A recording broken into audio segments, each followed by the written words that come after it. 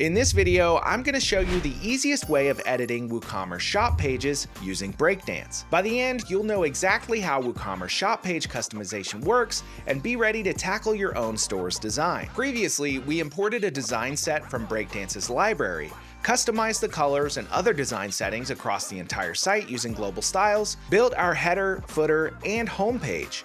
And now we're ready to jump into Breakdance and start customizing the shop page. If you're already in Breakdance, the quickest way to get from one place to another is the quick navigator. So you can click up here and then click shop page and all product archives. And that'll take you straight into the shop page. But just so that you know where these templates live, I'm going to go back to the WordPress admin panel and show you how to find them there. Let's go back over here to WordPress, and under Breakdance, we have our templates area. This is where you're going to find things like your shop page and all product archives, your single product template, your general post archive, and your single post template.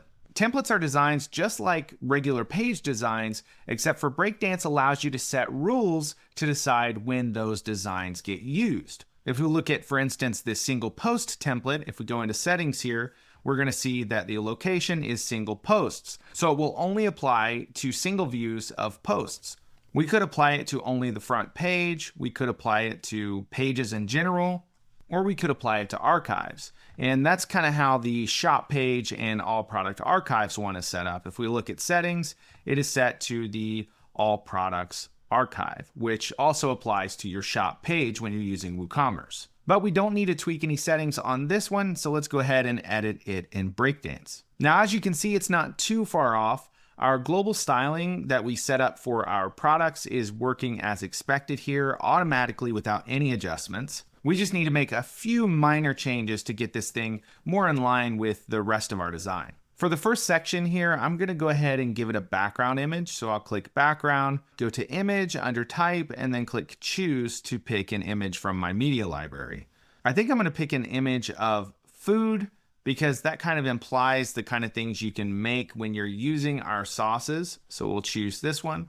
And then obviously we have a contrast issue here. So I'm actually going to apply an overlay to this section.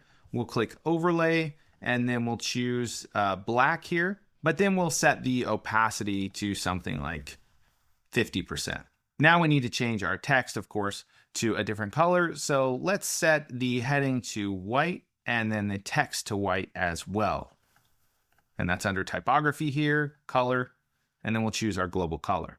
Now we just need to change our text. So let's just use Breakdance AI to do that. This section is at the top of our shop page. Use short, punchy, witty language to entice users to view our offerings. Now, because Breakdance AI has all the context of our business description here, it should go ahead and nail that for us. So we'll just click rewrite this whole section. And it switched it to ignite your taste buds, explore our dangerously spicy hot sauces. This is all perfectly on brand for the site that we're building. Now let's go down to the actual shop area. I want to get rid of a couple of these widgets here. I don't think we need the search widget, and I don't want the price widget for this particular one. I just want to show product categories and then top rated products. But this is showing way too many, so I can select this widget and then open the options here and set the number of products to something like 3. And then for the actual list of products itself, I think I'm going to bring this down to 2 items per row. So we can go into the design here and go to layout and change the products per row to 2. I like that a little bit better. It makes the images more bold and stand out a little bit more.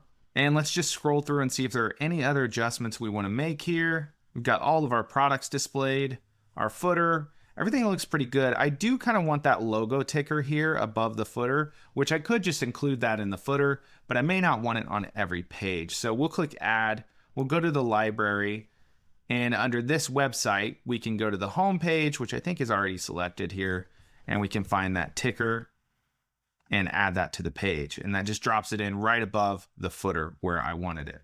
Before we move on from this page, let's look at the shop page element and see if there are any other adjustments we might want to make. Under products list, we have elements. We can actually turn elements on and off here. So for instance, if we didn't want the category displayed, we could actually just disable that and it gets rid of the category there above the title. But I kind of like it in this case. Let's look at our images. We mostly want to defer to global styles here, but as far as enabling and disabling elements, that makes sense to do on the individual shop page element level. If we did have multiple images per product, we could turn on show second image on hover, which won't work right now because we don't have more images, but it is a nice effect if you have multiple images for your products. And with that, we've completed our WooCommerce shop page customization using Breakdance's best-in-class WooCommerce integration.